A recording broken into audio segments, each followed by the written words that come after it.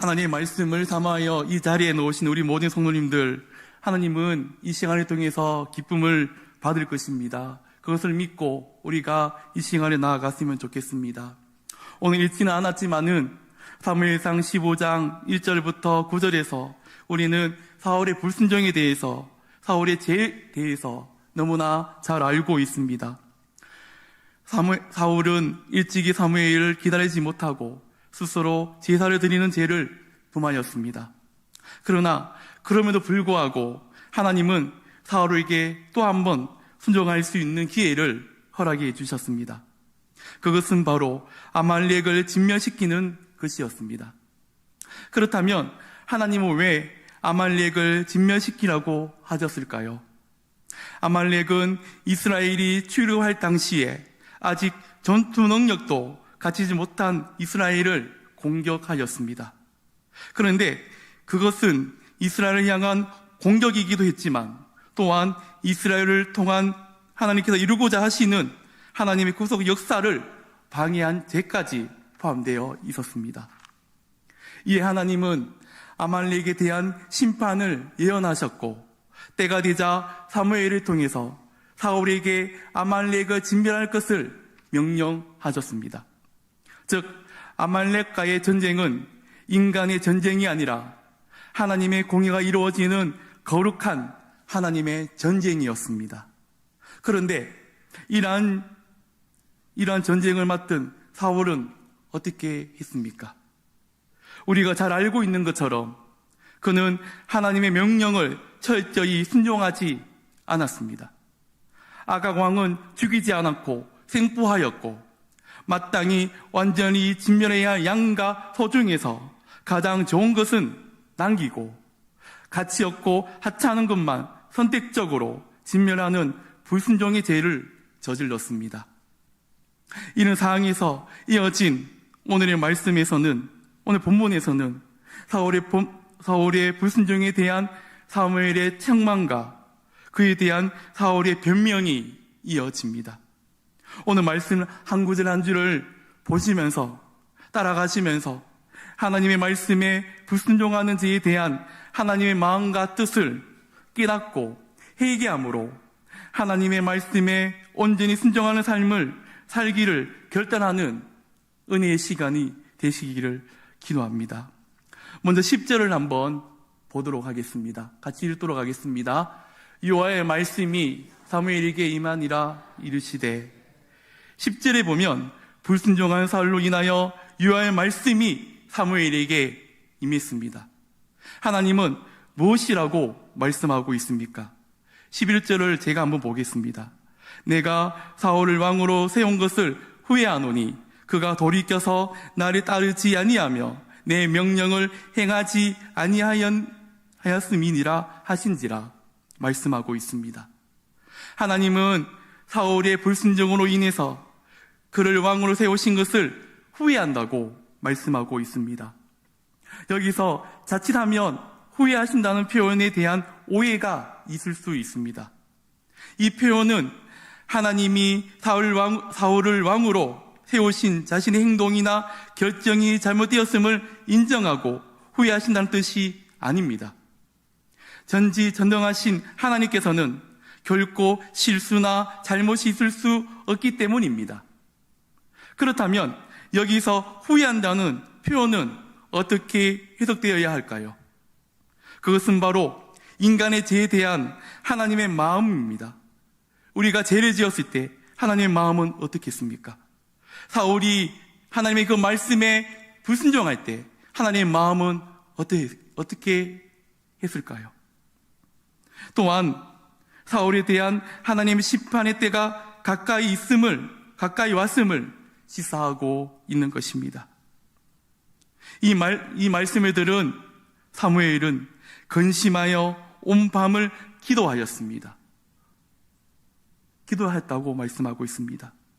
여기서 근심했다는 말은 분노로 인해서 속이 불타는 것처럼 하나는 것을 뜻합니다. 사무엘은 또다시 하나님께 불순종한 사울에 대하여 실망했을 뿐만 아니라 하나님의 마음으로 분노를 느꼈습니다. 그런 그가 온 밤을 지새우며 기도한 내용은 무엇일까요? 사울이 자기 죄를 깨닫고 회개하기를, 그리고 사울의 범죄로 말미암아 이스라엘 전체를 벌하지 말아 주시기를 기도하지 않았을까요? 이렇게 온 마음을 기도한 사무엘이 사울을 만나려고 일찍이 일어난 준비하는 중에 또다시 하나의 아픈 소식이 그에게 들렸습니다. 무슨 소식일까요? 사울이 갈멜에 자기를 위하여 기념비를 세웠다는 소식이었습니다. 사실 전쟁에서 승리한 후에는 자신의 업적을 드러내기 위해서 기념비를 세우는 것은 이방의 왕들 사이에서 전형적인 행위였습니다. 그러나 사울이 기념비를 세운 것이 잘못된 이유는 무엇일까요? 그것은 바로 사울이 기념비를 세움으로써 아말렉과의 전투에서 승리한 것이 자기 자신의 업적임을 공식적으로 공포한 것이기 때문입니다. 그는 이 성전비를 세움으로써 자기 자신의 이름을 드러내기 원했고, 백성들로 하여금 그들을 적들로부터 구원한 것이 하나님이 아니라 자신이라고 믿게 하기 원했기 때문입니다. 또한 사울은 백성들이 자신의 업적을 오래오래 기억하며 칭송하기를 원했습니다. 아말렉과의 전쟁은 하나님의 전쟁이었고 하나님의 승리였지만, 사울은 마땅히 하나님께 돌려야 할 그 영광을 자신이 취하였습니다. 그러므로 사울은 하나님의 말씀에 불순종한 무서운 죄이어서 교만이라는 또 하나의 죄악을, 그 죄를 저지른 것이었습니다. 그는 하나님의 그 영광을 가로치었습니다. 이런 상황 가운데 사무엘이 사울을 찾아갔고 두 사람이 만나게 됩니다. 그리고 그곳에서 들리는 육축 소리로 인하여서 사무엘은 하나님께서 미리 말씀하셨던 사울의 죄악을 확인하게 됩니다. 이런 상황 가운데서 사울은 정말 황당한 말을 사무엘에게 먼저 꺼냅니다. 13절 하반절 말씀입니다. 한번 같이 읽도록 하겠습니다.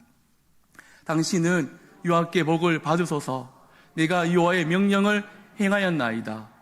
내가 여호와의 명령을 행하였나이다. 이 말은 들은 사무엘은 어떠했습니까? 14절입니다. 한번 같이 읽어볼까요? 그러면 내 귀에 들리는 이 양의 소리와 내가 들리는 소의 소리는 어찌 됨이니까? 라고 추궁하자 그는 어떤 말을 했을까요? 변명을 내어놓았습니다. 사울의 변명은 무엇이었을까요? 15절은 제가 읽도록 하겠습니다. 사울이 이르되 그것은 무리가 아말렉 사람에게 끌어온 것인데 백성이 당신의 하나님 여호와께 제사하려 하여 양들과 소를 중에서 가장 좋은 것을 남김이요 그 외의 것은 우리가 진멸하였나이다 하는지라. 성도 여러분, 우리가 너무나 잘 알고 있는 것처럼 하나님께서는 사무엘을 통해서 사울에게 모든 것을 진멸시키라고 말씀하셨습니다. 그렇지만 사울은 그렇게 하지 않았잖아요. 방금 읽은 15절에서 사울은 그것은 무리가 아말렉 사람에게 끌어온 것인데 백성이 당신의 하나님 여호와께 제사하려 하여 가장 좋은 것들을 남겼습니다라고 말하고 있습니다. 그는 한 나라의 왕이었지만 부끄럽게도 이 상황의 모든 책임을 백성들에게 전가한 것이었습니다. 이런 사울의 비겁한 행위는 20절과 21절에서도 이어집니다. 우리 한번 같이 읽도록 하겠습니다. 나는 실로 여호와의 목소리를 청종하여 여호와께서 보내신 길로 가서 아말렉 왕 아각을 끌어왔고 아말렉 사람들을 진멸하였으나 다만 백성이 그 마땅히 명할 것 중에서 가장 좋은 것으로 길갈에서 당신의 하나님 여호와께 제사하려고 양과 소를 끌어왔나이다. 이렇게 말씀하고 있습니다. 성도 여러분, 이처럼 사울은 자기 자신의 잘못을 철저하게 회개하지 않고 백성들에게 전가했습니다. 금방 말씀한 것처럼 이와 하나님께서는 사울에게 모든 것을 지키고 아가 왕까지 죽이라고 말씀했습니다. 그렇지만 어떻게 했나요? 아각을 끌고 왔고 그리고 그 모든 것을 백성들에게 전가했지 않습니까? 사랑하는 성도님들, 일반적으로 리더가 갖춰야 할 덕목이 무엇일까요? 바로 책임감입니다. 자신에게 속한 사람이 잘못하면 그것이 자신의 직접적인 잘못이 아닐지라도 그 모든 잘못을 최종적으로 떠안고 책임지는 것이 리더의 제일 가는 자질이며 덕목일 것입니다. 세상의 리더들도 그래야 하는데 하물며 사울은 하나님이 다스리시는 국가인 이스라엘의 왕으로서 백성이 하나님의 길을 떠나면 바로 잡아줄 책임이 있음에도 불구하고 오히려 백성들로 하여금 죄를 짓게 하고 그 모든 책임을 백성들에게 전가한 것입니다. 사울이 지은 불순종의 죄가 정말 백성들 때문이었습니까? 아닙니다. 하나님은 분명히 말씀하셨습니다. 아말렉과의 전쟁을 사울에게 명령하셨고 사울에게 맡겼습니다. 마땅히 모든 책임은 사울에게 있습니다. 또한 그 당시 백성들은 사울의 허락 없이는 이와 같은 범죄를 저지를 수 있을까요? 저지를 수 없습니다. 따라서 사울은 사무엘의 책망을 들을 때에 즉시 납작 엎드러져 자신의 죄를 고백하고 하나님 앞에 긍휼을 간구했어야 했습니다. 변명하는 것이 아니라 그 죄를 회피하는 것이 아니라 하나님 앞에 납작 엎드러져 죄를 고백해야 했습니다. 그러나 자신의 죄를 깨닫지 못하고 계속해서 남탓과 변명만 늘어놓는 사무엘은 단호하게 저지합니다. 그리고 간밤에 찾아와 말씀해 주신 하나님의 말씀을 전하며 그의 죄를 바라보게 하십니다. 그 내용은 이러합니다. 하나님은 사울이 스스로를 작게 여길 그때에 그를 이스라엘 왕으로 삼으셨으니 그리고 하나님의 구속 사역을 방해한 아말렉을 진멸하라는 거룩한 뜻을 이루는 일을 맡겨주셨습니다. 하나님은 사울이 작게 여길 때 이스라엘 왕으로 세워주셨습니다. 이에 대해서 사울은 마땅히 하나님의 말씀에 철저히 순종함으로 하나님의 뜻을 이루어야 하지만 그는 여호와의 하나님의 목소리를 청종하지 않았습니다. 그리고 탈취하기에만 급급하여 여호와께서 악하게 여기시는 일을 행하였습니다. 하나님이 원치 않는 일을 행하였다는 말입니다. 이것이 사무엘을 통해서 전달된 하나님의 말씀입니다. 이처럼 직설적으로 그의 죄를 진명케 하였음에도 불구하고 사울은 어떠했습니까? 그는 완고함으로 자신의 죄를 인정하지 않았습니다. 성도 여러분, 나단 선지자를 통하여 자신의 죄를 진명케 되었을 때 납작 엎드러져 회개하 다윗과 참으로 대조되는 모습이었습니다. 다윗과 사울의 그 모습을 한번 대조해 보았으면 좋겠습니다. 사울은 아각 왕을 죽이는 것이 하나님의 뜻이었지만 자기 마음대로 생포했음에도 아각 왕을 잡아온 것이 아말렉을 진멸하라는 하나님의 명령에 순종한 증거인 것처럼 떠들었습니다. 자신이 하나님의 명령을 업신여긴 것도 깨닫지 못하고 끝까지 백성들에게 책임을 돌리기에 바빴습니다. 이처럼 끝까지 회개하지 않는 사울에게 사무엘은 말씀하고 있습니다. 22절입니다. 한번 같이 읽도록 하겠습니다. 사무엘이 이르되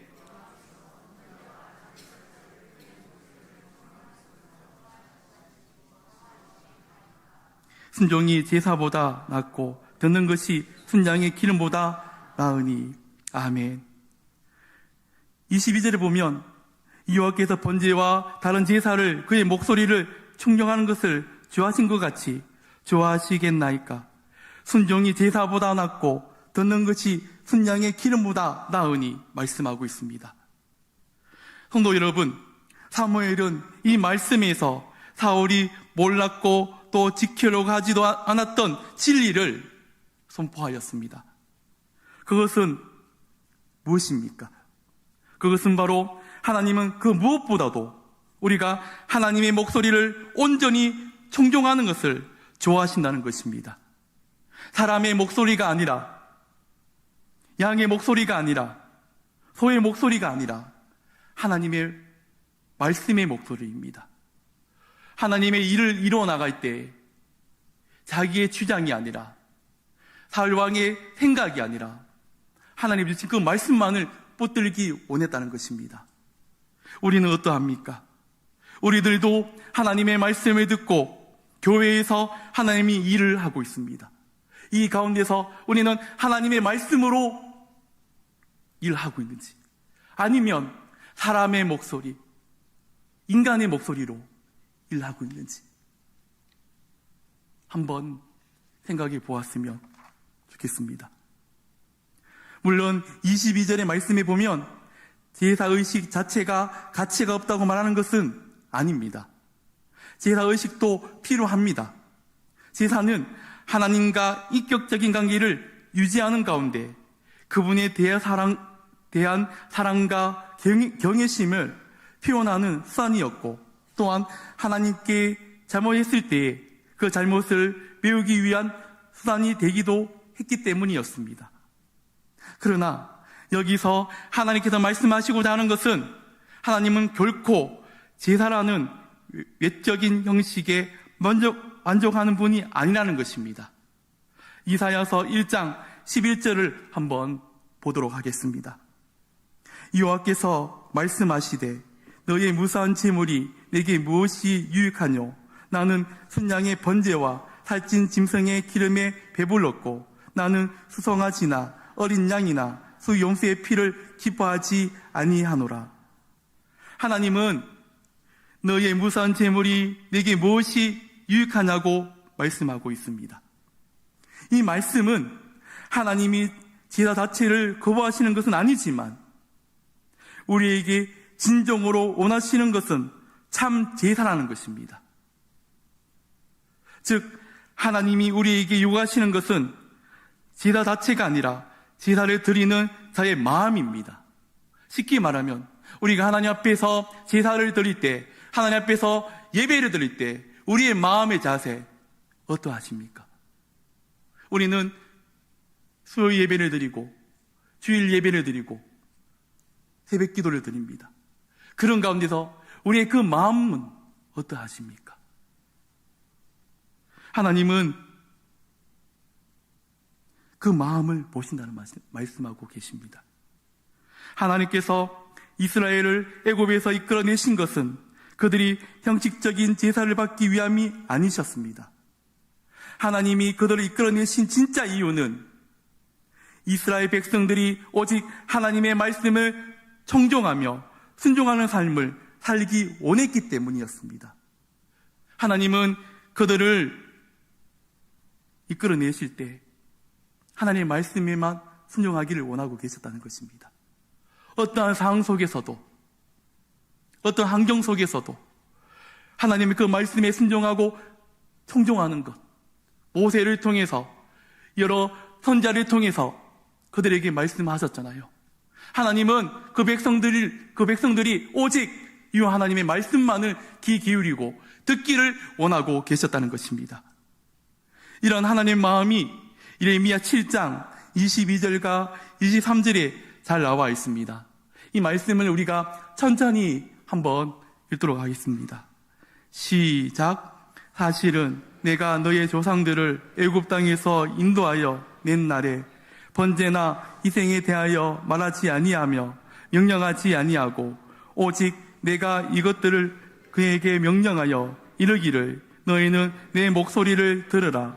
그리하면 나는 너의 하나님이 되겠고 너희는 내 백성이 되리라. 너희는 내가 명령한 모든 길로 걸어가라. 그리하면 복을 받으리라 하였으나. 아멘. 23절을 한번 처음부터 제가 한번 읽도록 할 건데요. 오직 내가 이것을 그들에게 명령하여 이르기를 너희는 여호와 하나님의 목소리를 들으라. 그리하면 나는 너희 하나님이 되겠고 너희는 내 백성이 되리라. 너희는 내가 명령한 모든 길로 걸어가라. 그리하면 복을 받으리라 하였으나. 우리는 여호와 하나님의 말씀만 들으면 됩니다.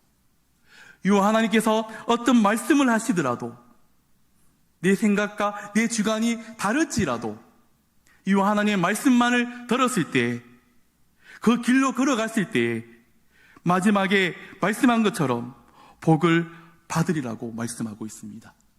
우리는 여호와 하나님의 말씀에 순종했을 때 그 가운데서 우리가 느끼지 못하는 하나님의 그 섬세한 은혜와 그 복들이 그 가운데 있다는 것입니다. 이것이 바로 하나님이 죄인된 우리를 자녀 삼아 주신 이유입니다. 성도 여러분, 아낌없이 독생자 예수 그리스도를 우리에게 보내주셨잖아요. 우리를 너무나 사랑하셔서, 우리를 너무나 아끼셔서 그분의 그 목숨을 우리와 바꾸셨잖아요. 그렇기 때문에 우리들도 여호와 하나님의 그 말씀에 순종했을 때 우리가 경험하지 못하는 놀라우신 그 은혜와 그 사랑이 우리에게 분명히 있다는 것입니다. 하나님이 우리에게 원하시는 것은 오직 하나님의 말씀을 들으며 그 말씀에 순종하는 그 삶, 그 하나뿐입니다. 우리는 하나님의 말씀을 듣고 있잖아요. 지금도 하나님의 말씀을 듣고 있고 길을 갈 때에도 어떤 상황 가운데서도 하나님 우리에게 말씀하고 계시잖아요. 우리는 그 말씀만을 듣고 그 말씀만을 순종하는 것, 그 가운데서 하나님의 놀라우신 그 평화와 그 기쁨이 그 가운데 있다는 것입니다. 여러분들, 우리가 그 말씀에 순종했을 때 다른 사람들에게도 하나님의 그 복음을 전파해야 될 것입니다. 다가오는 주일에 행복 나눔 축제가 있잖아요. 그 가운데서도 믿는 우리가 그 가족 가운데 믿지 않는 그들에게 복음을 전할 때 그들이 말씀을 통해서 우리를 통해서 느끼지 못하는 그 하나님을 느낄 것입니다. 우리의 삶이, 우리의 마음이 하나님께 향할 때 믿지 않는 영혼들이, 믿지 않는 가족들이 우리를 통해서 교회에 나올 것입니다. 성도 여러분, 불순종의 죄를 지은 사울, 교만하여 하나님의 영광을 가로챈 사울에게 하나님은 말씀하셨습니다. 너는 내 목소리를 들어야 했다. 내가 원하는 것은 온 마음을 다한 순종과 사랑이지 단순한 제사의 식이 아니었다. 사울은 비록 그가 불순종한 이유가 하나님께 제사 드리기 위함이었다고 했지만 제사는 결코 순종의 대안이 될 수 없고 순종이 없는 제사는 하나님께 아무 가치가 없다는 것입니다. 그는 하나님의 명령을 어느 정도 지키는 듯 했습니다. 그렇지만은 자기 기준과 소견에 따라 자기 뜻대로 일을 진행하였습니다. 하나님의 명령을 지키는 방식 또한 자신이 결정하였습니다. 하나님의 방식이 아니라, 하나님의 말씀의 순종의 말씀이 아니라 자기가 결정한 것입니다. 사울 딴에는 더없이 합리적인 선택이었다고 만족했을지도 모릅니다. 또한 하나님께 더 좋은 것을 드리기 위한 마음이니 하나님도 이해하실 거라고 생각했을지도 모릅니다. 그러나 이것은 철저한 죄이고 교만입니다. 왜 교만일까요? 하나님의 생각과 사울의 생각이 달랐기 때문에. 23절을 보겠습니다.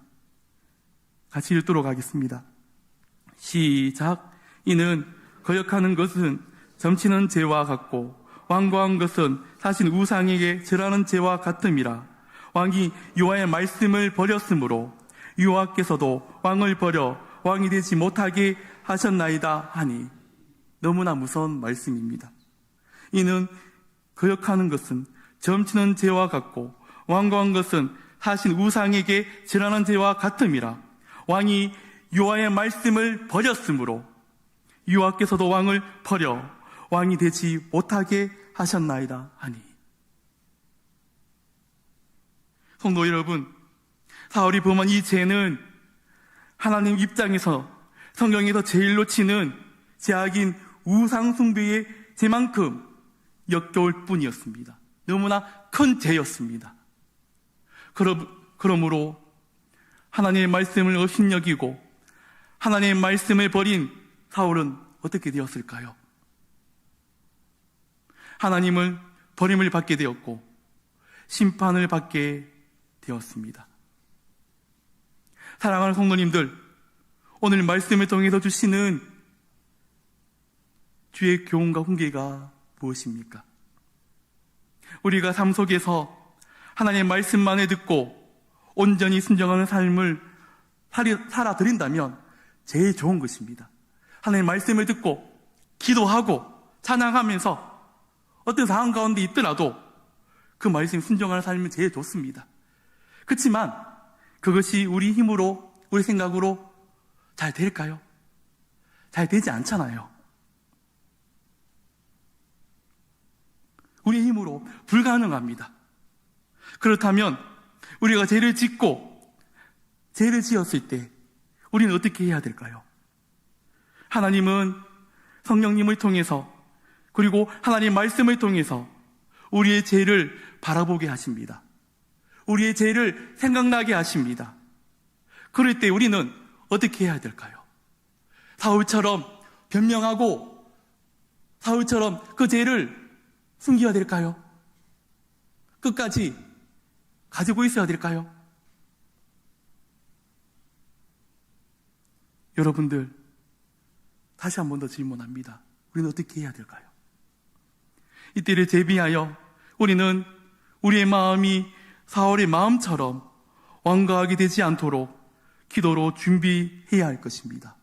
기도로 죄를 짓지 않도록, 교만하지 않도록 기도해야 될 것입니다.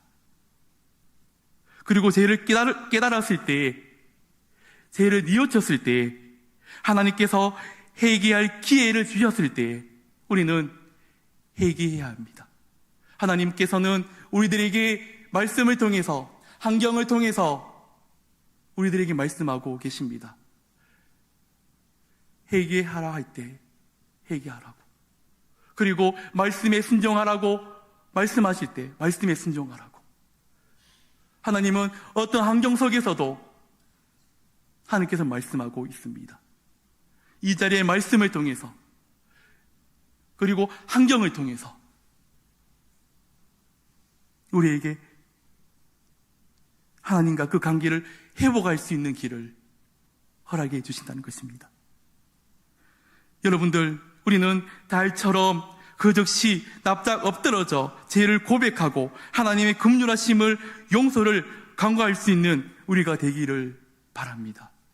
우리 예수님도 겟세마네 기도하실 때 엎드러지셨습니다. 가장 겸손한 마음을 가지시고 예수님도 기도하셨습니다. 그런 것처럼 우리가 겸손한 마음을 가지고 회개할 때 하나님께서는 그 기도를 들어주실 것입니다. 사울처럼 철저하게 인본주의적인 시각으로 변명하거나 다른 사람들에게 책임을 증가하는 것이 아니라 말씀 앞에서 내 마음을 하나님께 떨리는 마음으로 나의 죄를 바라보고 회개하는 은혜가 우리 가운데 있기를 간절히 기도드립니다. 그리고 두 번째로는 하나님의 목소리를 듣고 순종하는 삶이 하나님 뜻임을 기억해야 합니다. 하나님은 하나님 말씀을 통해서 어떤 환경 속에서 하나님께서는 여러분들에게, 저에게 말씀하십니다. 그 말씀하실 때 내 주관이 아니라, 내 생각이 아니라 그 말씀만을 듣고 그 뜻을 따라가시면 됩니다. 저도 그렇게 할 것입니다. 부분적인 순종이 아니라 내 경험과 지식의 범위에서 더 옳은 것을 선택하는 것이 아니라 그냥 하나님의 그 말씀에 순종하면 되는 것입니다. 하나님이 원하시는 것은 우리의 마음입니다. 우리의 중심입니다. 비록 다 이해되지 않더라도 내 생각과 내 주관이 하나님의 생각과 다를지라도 나는 이해하지 못하지만은 하나님의 그 뜻이 완전하기 때문에 우리는 그분의 말씀만을 듣고 그분의 말씀만을 믿고 나아갈 때, 그분의 말씀에 청종할 때, 귀를 기울일 때 우리가 경험하지 못하는 하나님의 놀라우신 그 평안함과 은혜가 분명히 있을 것입니다. 여러분들, 그 말씀대로 내 온 마음을 드렸으면 좋겠습니다. 내 온 마음을 순종했으면 좋겠습니다. 여러분들, 이 자리가 너무나 중요한 자리입니다. 우리 경산교회, 이 경산교회 본당, 그리고 여러분들의 그 일터, 그 가정, 하나님께서는 함께 하시고 여러분들에게 항상 말씀하십니다. 내 마음을 알고, 이 하나님의 마음을 알고, 이 하나님의 마음에 순종하라고. 그렇게 살아갈 때 하나님은 우리와 끝까지 동행하시며 우리를 통하여 주의 구원의 역사를 계속해서 이어가실 것입니다. 우리를 통하여, 경산교회를 통하여 하나님의 그 일하심, 하나님의 그 인도하심이 우리를 통하여 뻗어갈 것입니다. 사랑하는 부모님들, 하나님의 목소리에 온전히 청종하는 우리의 삶은 참으로 아름답습니다. 너무나 귀합니다. 이 땅에서 하나님의 말씀은 계속적으로 선포되어지고 있습니다. 그렇지만 너무나 안타깝게도 하나님의 말씀이 선포되어졌을 때 사울처럼 그 말씀에 온전히 청종하지 못하고 인간의 생각으로, 인간의 냄새로 교회들이 나아가고 있습니다. 어떤 목사님이 그런 말씀을 하시더라고요. 강당에서 하나님의 말씀을 선포되지만 교회 안에서 하나님의 말씀의 그 은혜가 사라지고 있다고. 인간의 냄새가 너무나 많이 난다고. 어떤 목사님이 말씀하시는 것을 들었습니다. 우리 경산교회는 하나님의 향기 나는, 우리 믿음 오래 보면 꽃이 있잖아요. 꽃 있죠? 보시잖아요. 다가가면 꽃 향기가 나더라고요. 그런 것처럼 우리 경산교회가 꽃 향기를 내뿜는 우리 모든 성도님들이 되셨으면 좋겠습니다. 하나님 목소리에 온전히 청정하는 삶은 우리에게 영원한 생명을 주시려고 그 아들을 내어주신 하나님의 사랑에 합당하게 반응하는 삶이며 하나님이 기뻐하시는 삶입니다. 이제 말씀을 정리합니다. 늘 하나님 앞에서 부드러웠으면 좋겠습니다. 옆에 있는 우리 성도님들 한번 보면서 부드러운 목소리로 한번 인사를 했으면 좋겠습니다. 사랑하고 축복합니다. 한번 인사해 볼까요? 사랑하고 축복합니다. 우리가 부드러운 마음을 가지고 하나님이 원하시는 그 마음을 가지고 하나님의 그 목소리에 온전히 청정하고 그 말씀에 순종하고 우리의 이웃을 되돌아보고 우리의 모든 성도님들을 되돌아보면서 사랑이 가득하고 기쁨이 가득하고 그리고 제일 중요한 것은 하나님의 목소리에 온전히 충종하는 우리 모든 경상교회가 되었으면 좋겠습니다.